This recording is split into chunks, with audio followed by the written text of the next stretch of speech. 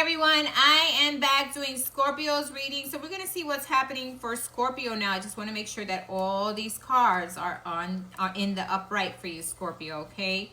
And that's what we're fixing them, to put them all in the upright. So when we do your reading, we got all the cards in the upright when we shuffle them, okay? So, okay, let's see what's happening for Scorpio. We're going to shuffle these cards 5 times. We're going to ask God, universe, the angels, our ancestors to give us the messages we need to receive for the zodiac sign Scorpio. This is the cards of the Orishas. That's what my intuition wants me to do for these readings this week. So let's see what's happening for Scorpio. Again, we are so grateful and thankful for all the messages we receive for the zodiac sign Scorpio. We're going to ask God, universe, the angels, our ancestors, and all our guides again to please show us the messages, the advice for the zodiac sign Scorpio. Again, we are so grateful and thankful for the messages received. This is your 4th shuffle here. And your 5th shuffle. Let's see what's happening for Scorpio. What is happening for Scorpio? Please show me the cards I need to see for the zodiac sign Scorpio. We got 4 cards, 1, 2, 3, 4 that came out face down, all of them. Okay, now we got a few more, but we're going to stop there. They're all face down, by the way, okay? We're going to stop there, and we're going to start with the 4 that came out first, okay? And we're going to put these cards down the way they are. The first card is all the way to the side. It's dwarfs and gnomes, okay? So maybe there's something that you wanted or were expecting, but it didn't happen. Maybe there was a situation that you were hopeful about, but it didn't really pan out to be the way you wanted it, or it didn't manifest in the way you wanted it to manifest, okay? Because we got the gnomes and the dwarfs in reverse, okay? We also have the moon in reverse, but you're quite aware. You see what's happening. You know exactly what is the issue you're dealing with and why it didn't manifest or why a situation did not work out. You know this already. We have karma in reverse.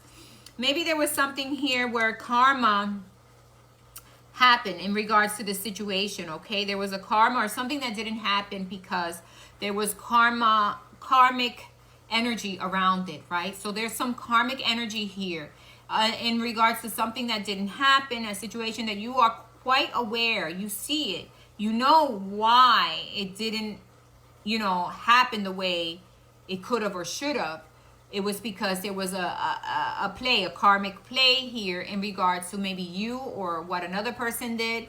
And this is why the situation is in balance right now. There is something here that didn't manifest the way you wanted to. Maybe you know now exactly why. You are quite aware, okay? We do have the 8 of Waters. The 8 of Waters in reverse is holding on to something or hoping for something or wanting something so desperately.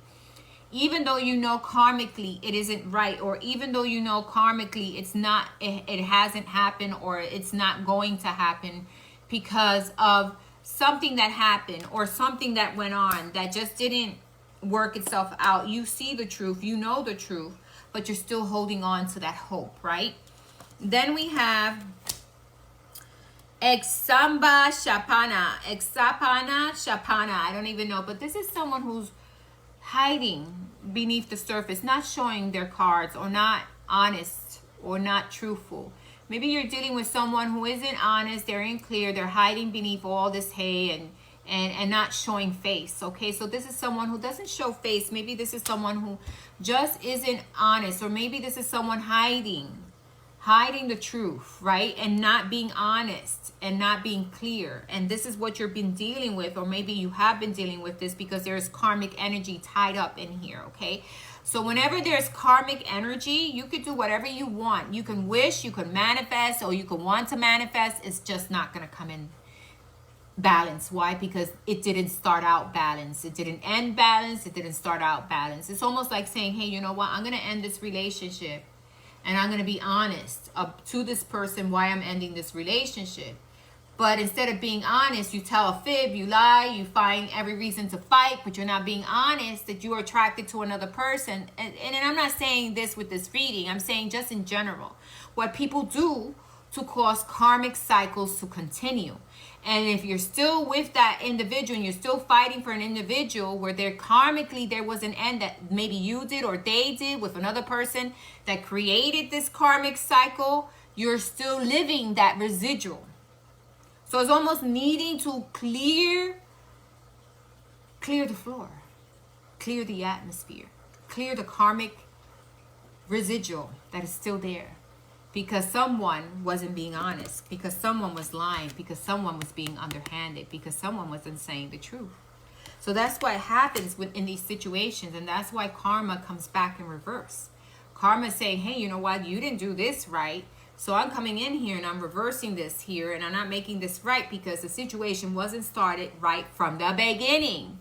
All parties weren't being honest. So this is what I'm seeing playing out here, okay?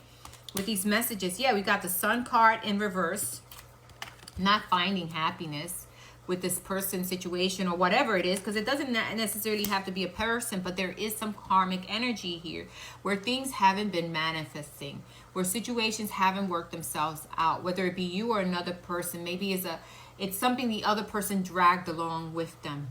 Maybe there's a karmic cycle, a karmic residual there that needs to be worked out, and the karmic residuals do exist. They happen because we ourselves were not fair in other situations, or we ourselves played unfairly to certain things. We weren't being fair, we weren't being balanced. And whenever karmic residual exists means that there's something that we need to what? Balance, heal, correct, so that we can move forward in the right direction, okay? And then we have Ten of Fire, and it's a heavy burden. It's created heavy burdens. Whatever this karmic issue is has created heavy burdens and heavy situations, and feeling like things just don't happen, or feeling like things don't work out. This is the 10 of Wands, and look at, he's walking on burning fire. Why do you have to walk on burning fire? Because either you or the person or the situation you're dealing with, you know the truth. You just have to rectify it.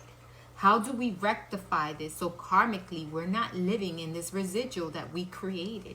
How do we rectify it? How do you rectify it if it's not you, if it's another person, but you're tied up to them?